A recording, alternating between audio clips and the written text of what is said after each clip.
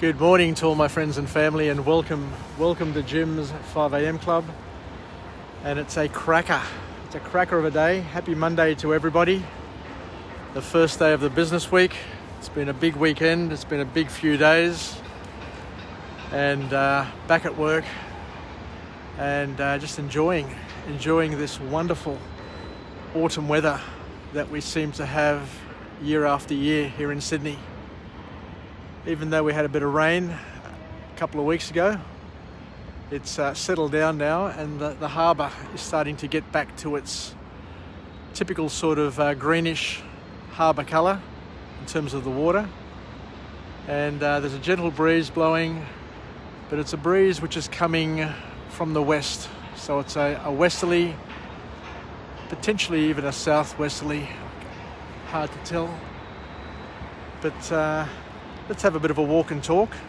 And on this session, or this episode of Jim's 5 a.m. Club, I want to go through a book summary entitled Range by David Epstein. And it's all about experience. It's all about talking about, the importance of specialization versus having a breadth of experience and being a generalist, and tossing up some ideas as to which one's better. And the author gives his views. So one of the key sort of messages coming out of this book here, I guess, is encapsulated in an opening quote from the author, where he says that relying upon experience from a single domain is not only limiting, it can also be disastrous. So what the author here is suggesting is that if you're too narrow in your view, if you're too specialised in the things that you're really good at, then there's a potential that you may be signing up for big problems, especially at times when the economy, when technology is leapfrogging and changing at such a rapid pace that you may get trapped, I guess, is one of the messages coming from this book.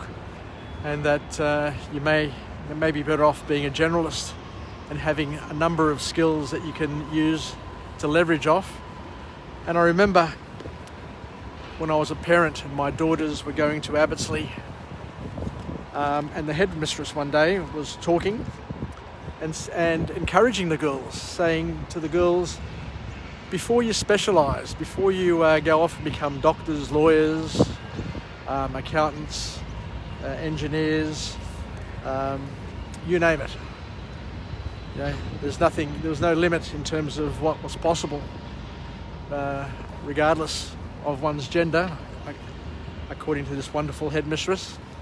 She said that before you go off and study and specialised, make sure you do an arts course where you get a general education in the classics, in the arts, in the humanities, so that when you do become a doctor, you become an educated doctor, or when you become a solicitor or whatever you become, that you become educated before you become specialised.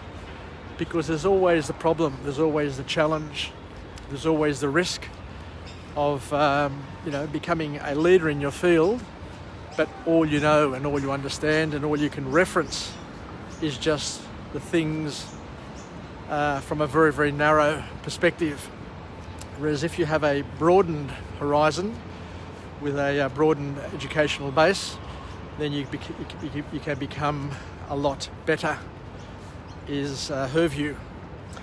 So let's have a look at this book here. So research tends to show. So once again, it's not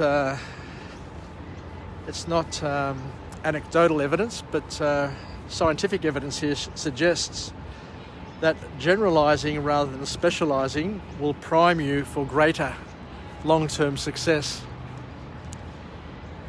Because when you generalize, when you do different things, you build multiple connections in various fields, making you potentially more innovative and creative, because you can bounce your ideas off different people. You can understand where people are coming from. You've got multiple sort of skills that you've been able to build through your connections and interactions with people from different fields and from different disciplines.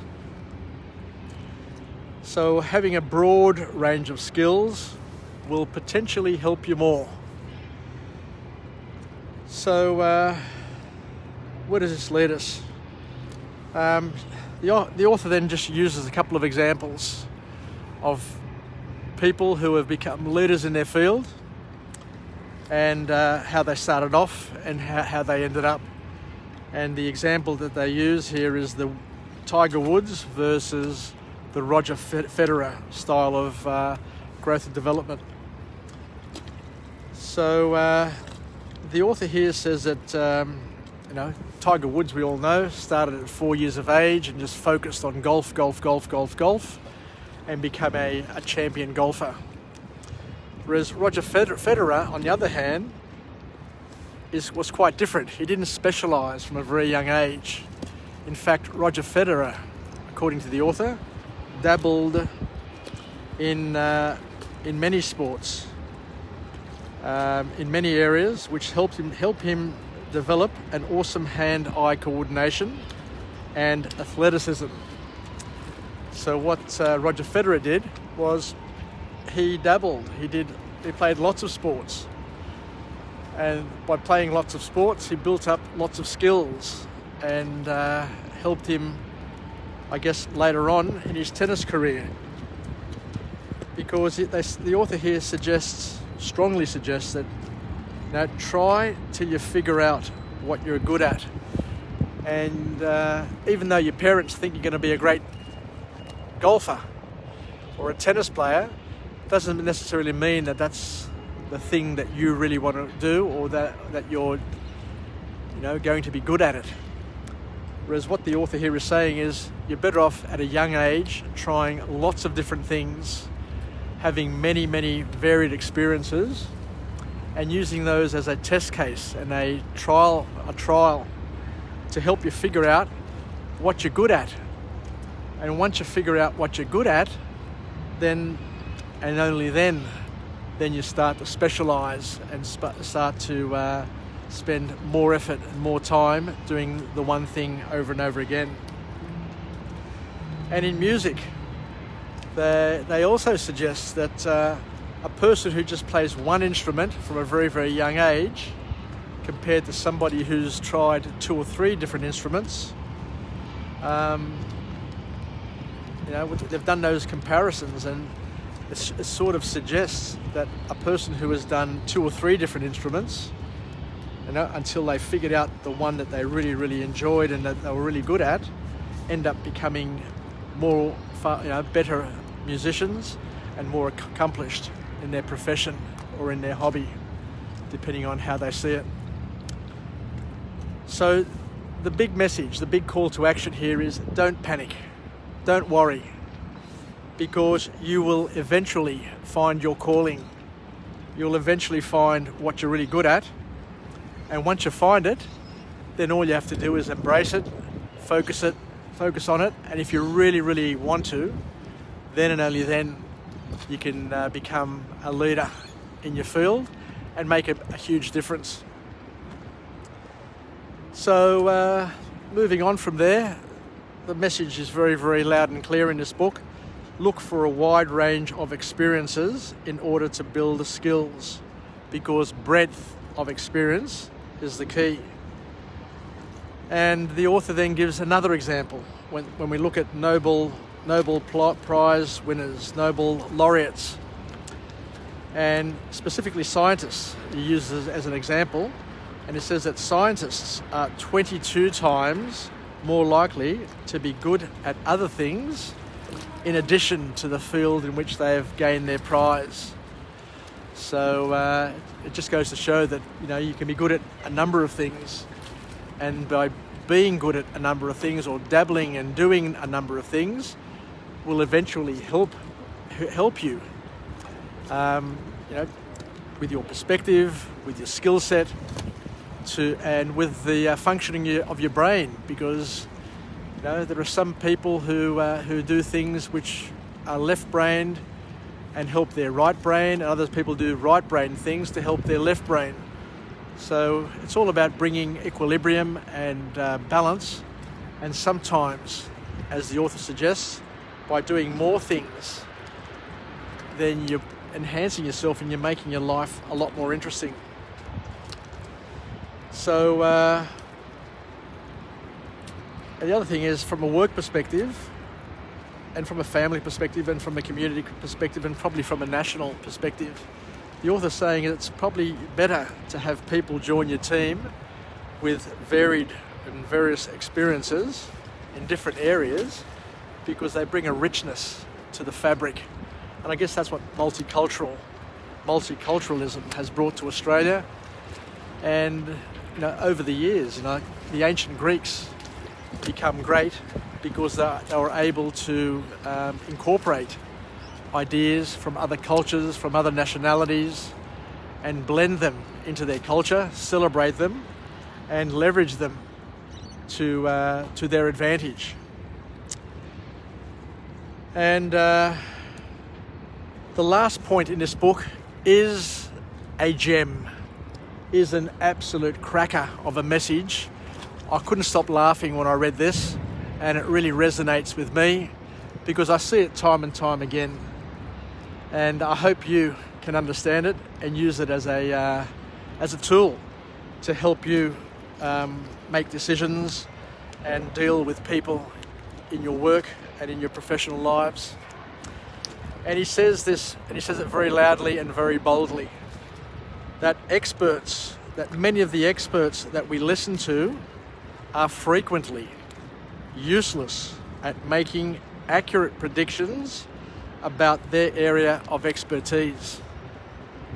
You just listen to economists, you listen to financial planners, you listen to whoever it may be, people who are leaders in their field, according to the author here, are hopeless at predicting their future and predicting how things will work out, which indicates that there is a distinct disadvantage in specialisation,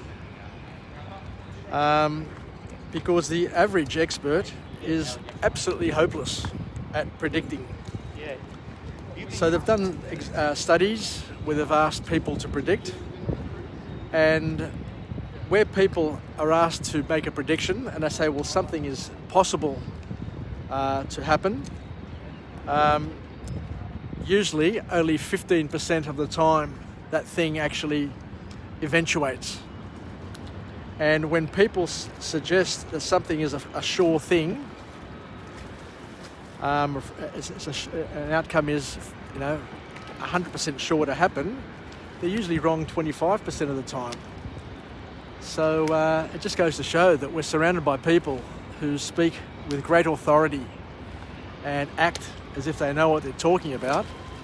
But when you measure the results against their prediction, they'll be found out, I guess, is the bottom line. And then the author says, and I love this one, I absolutely love this one, the more famous an expert is, the less accurate they are, so take their advice with a grain of salt, because their focus is too narrow. And what they do is they trap themselves by cherry-picking evidence to support their own theories. So they focus on something and then all of a sudden they cherry-pick, which is a confirmation bias. And we're all infected with confirmation biases. But what happens is that because they've got too much to lose, they tend to play it safe. And by playing it safe, you tend to make the wrong decision and you see the wrong patterns, is what I'm suggesting. So, sometimes it's better just to go with your own gut feel and not to rely on experts, because they'll let you down time and time again. Whilst there are certain rules of thumb that can help us in investing, can help us in various aspects of our lives, our social lives, we're better off just learning from ourselves by making our own predictions and see how they map out, and relying on ourselves rather than to rely on third parties who pompously say things and, bully people into changing their minds or thinking that certain things are going to happen when they never are going to happen.